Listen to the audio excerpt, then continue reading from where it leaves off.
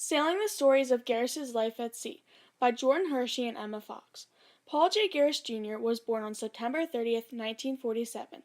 Spent his childhood along his four siblings, Dorothy, Anna, Marion, and Raymond, and his parents, Paul and Dorothy Gawrys. His father was a crane operator at Lucan Steel Company, and his mother was a homemaker.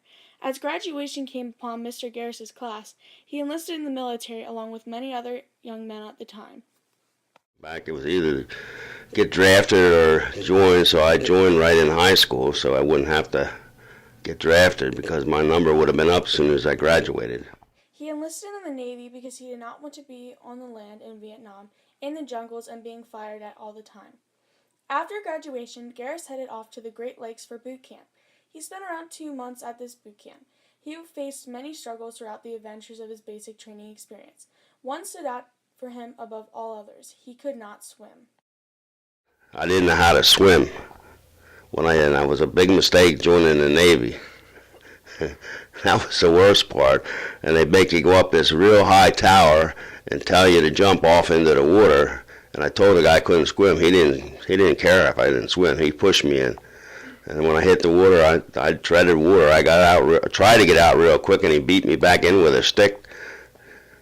He said, "You're going to learn to swim. You're not getting out till you know how to swim." That was the most challenging part.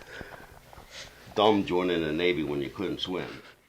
When basic training came to an end, Gawrys headed off to machinist mate school and refrigeration school. Following all these experiences, Gawrys was sent off to the USS Quarry to do his duties on the seas near Vietnam. As a machinist mate aboard the USS Quarry, DD-817, Gawrys will work on motors, pumps, and turbines in order to keep the ship in motion. Gawrys traveled the world and experienced many sights and seas, as he would state. He went to San Diego, Pearl Harbor, Midway, Guam, Subic Bay, Sasebo, Japan, and many other ports along the way. Aboard the Med cruise, he traveled the world. Sailing through the ocean, Gawrys did not witness much combat, but he did have a traumatic experience. His destroyer had to take part in the rescue mission after the boiler of the USS Fox blew up. Gawrys' job after this happened was to put the burned and dead men in ice to keep them cold until they reached the closest destination. This time taught Gawrys a valuable lesson. Seeing those guys in the condition they were in makes you think that could happen to me. And it was really an experience that made you stop and think how lucky you are to be alive. Those serving in the military now have it a lot easier than those did back during the Vietnam War. Communication is so much easier now. There are phone calls, FaceTime, Skype, text messages, and so much more. The only way that Gawrys could communicate to his loved ones was letters and cassette tapes. Luckily, he had many close friends on the ship to talk to. Larry O'Rourke and Bob Myers were his two closest friends that he still keeps in touch with today. In their free time, many would go play card games, go off the port, or swimming in the ocean. The conditions on Gawrys' vessel were quite nice, as he would say. It was nice, clean living quarters, a clean bed to sleep in every night, and 3 square meals. Gawrys was aboard a destroyer ship, so it wasn't very big inside. He knew basically everyone on the ship and was in every part of the ship at some point. Every day, the men aboard the ship would have a routine or schedule. Revelry at 5 o'clock, then their duties on port or on the ship, and then usually 4 hours watch and 4 hours down. And that'd be like I was down, my watch was 4 hours down in the engine room.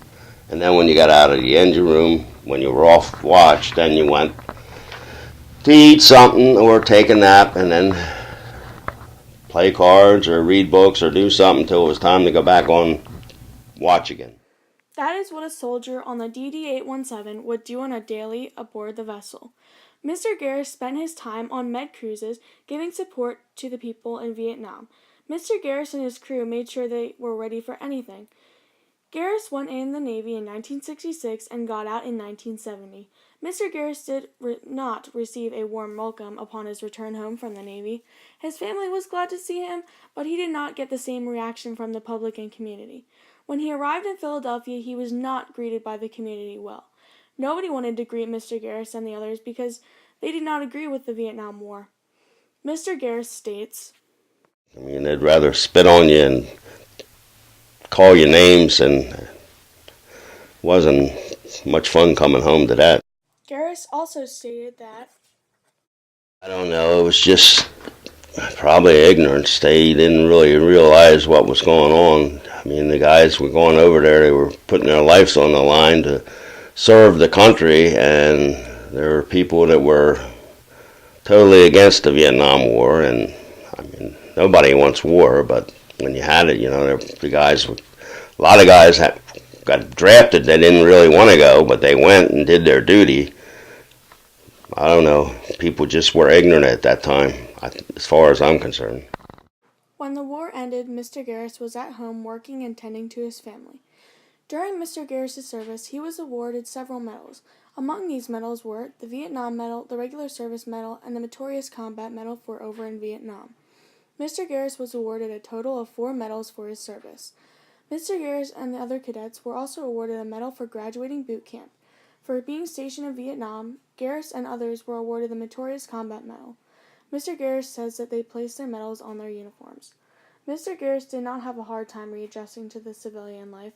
He states, Well, it wasn't hard to readjust. I was happy to be out and home, and it took a while to get a job and everything, but otherwise I came back and enjoyed being back, and it didn't take me long to get used to the normal routine. Gawrys still remains in contact with some of the people on his destroyer.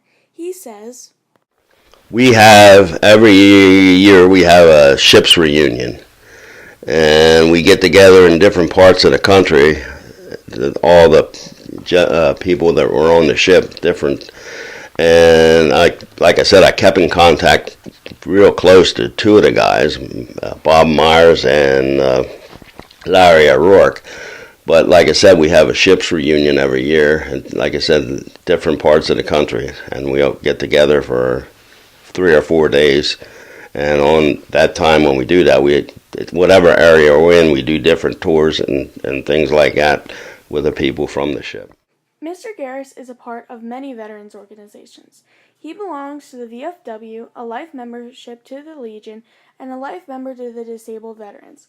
He is also part of the Vietnam Veterans Association. Mr. Gawrys states that his wartime experience didn't really affect him. No, not a whole lot, I don't think. I mean, I think back on the times and everything, but I don't think it really. I know a lot of my buddies that it affected. I have one buddy that was in the Army, and he can't even go to fireworks, or if a helicopter comes overhead, he shakes and everything else. And I've seen the different problems a lot of the veterans had at the VA, so I'm a lucky one. I didn't really have any serious problems, but I can see a lot of guys and the effects that the war did on them. Mr. Gawrys told about some of the lessons that he learned from his military experience. He states, Well, you learn about respect and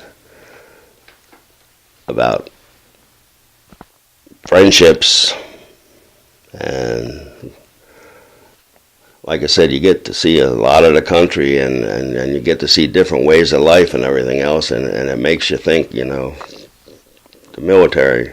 Without that, I would have never experienced all those things. Thank you so much, Mr. Gawrys, for your military service and your dedication to protecting and defending our country.